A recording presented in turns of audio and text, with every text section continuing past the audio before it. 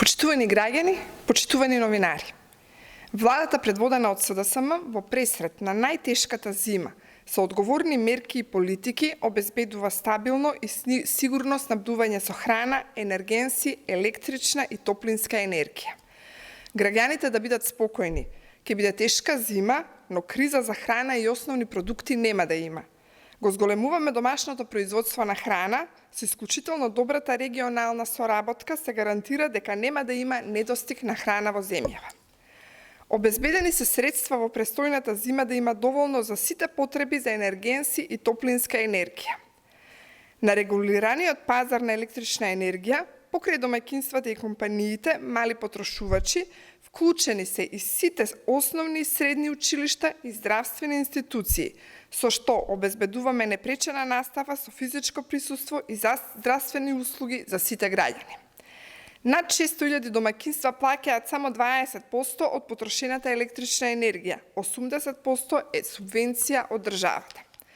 Над 70.000 компании и други правни субјекти со годишен промет до 2 милиони евра добиваат субвенционирана електрична енергија 3 пати пониска од берзанската. Одобрени се 1,1 милиарда денари за набавка на енергенси за непречено снабдување на градот Скопје со парно грејење во текот на престојната зима.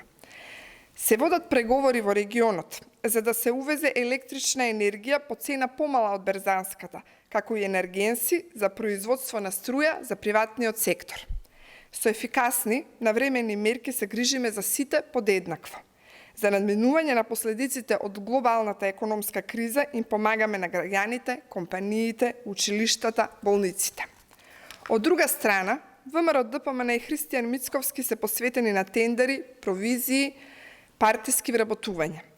Последно се скараа за тендер од 136 милиони евра во Скопје и самите се фатија со рацете во медот. Секаде каде што е ВМРО, ДПМН, локална власт се покачуваат локалните комунални услуги на штета на граѓаните.